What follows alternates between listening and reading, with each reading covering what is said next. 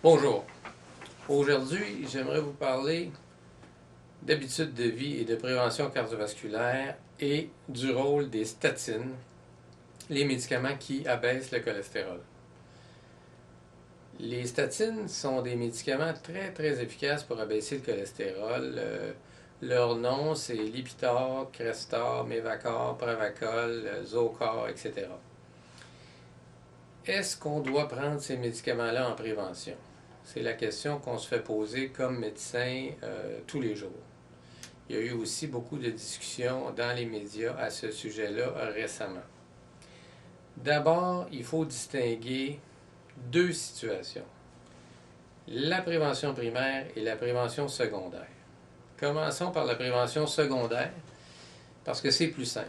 En prévention secondaire, c'est-à-dire si vous avez déjà fait un accident cardiaque, c'est-à-dire un infarctus du myocarde, une angioplastie, une dilatation coronarienne, des pontages aorto-coronariens, si vous faites de l'angine, etc., vous êtes en prévention secondaire, c'est-à-dire que vous avez déjà eu un problème cardiaque.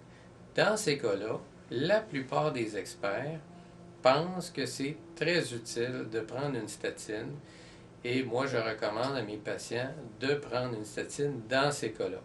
Évidemment, on insiste énormément sur la modification des habitudes de vie également, et je vais en parler tantôt. Alors ça, c'est le cas de la prévention secondaire. En prévention primaire, c'est un peu plus compliqué. Prévention primaire, ça veut dire si vous voulez éviter un problème cardiaque, que vous n'en avez jamais eu, mais vous voulez l'éviter, et évidemment, c'est le cas de la plupart d'entre nous, on voudrait idéalement éviter un problème cardiaque. Alors, la première chose à faire, d'abord, avant de penser à un médicament, c'est de modifier vos habitudes de vie. Et évidemment, c'est pas facile. Premièrement, arrêtez de fumer. Vous allez prévenir les maladies cardiovasculaires, incluant la crise cardiaque, la mort subite, et également les accidents cérébrovasculaires, c'est-à-dire le blocage d'une artère au cerveau qui cause une paralysie, la perte de la parole, etc. Vous allez aussi prévenir évidemment le cancer du poumon et plusieurs autres cancers, des cancers digestifs, cancer de la vessie également. Alors, primordial, arrêtez de fumer. Deuxièmement, mangez comme les Méditerranéens. Qu'est-ce que c'est exactement l'alimentation méditerranéenne? On en parle beaucoup.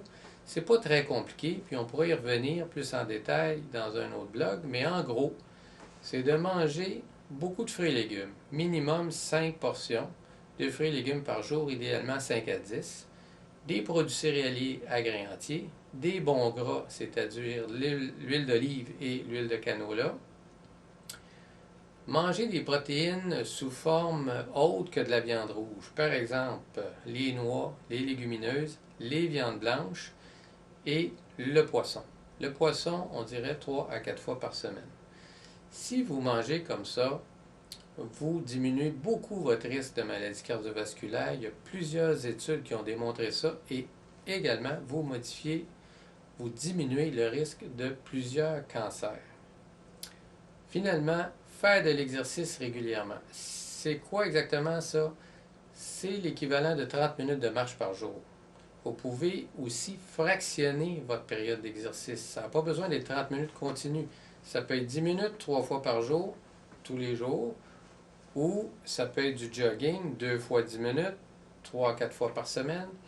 Alors l'exercice, c'est important de le pratiquer régulièrement au cours de la semaine. Pas tout faire le samedi ou le dimanche, mais le répartir dans la semaine. Une bonne règle, c'est de dire on doit faire de l'exercice à un niveau d'effort qui nous essouffle, mais qui ne nous empêche pas de parler.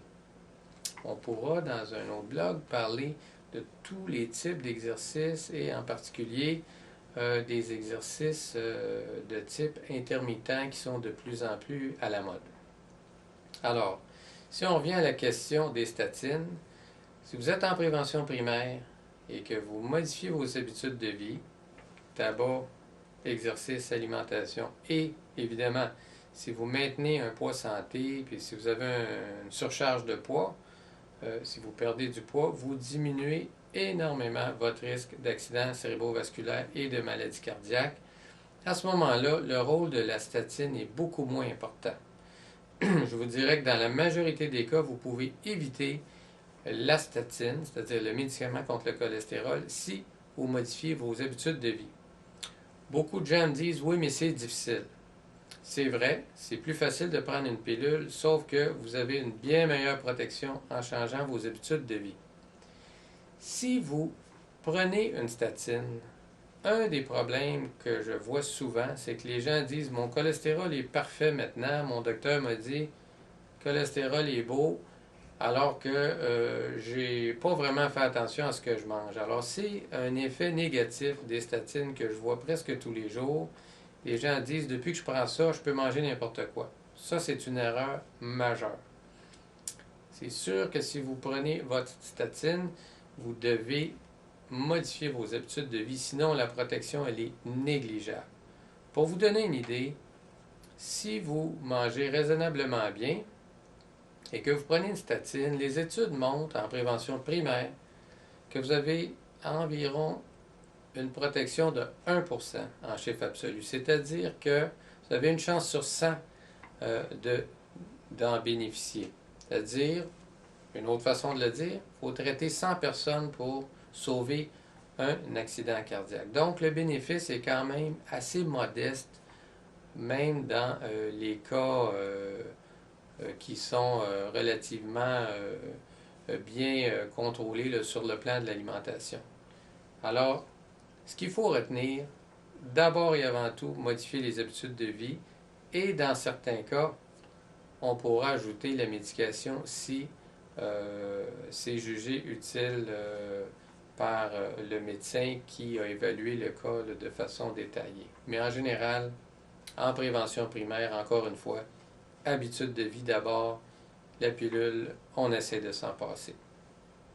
Merci.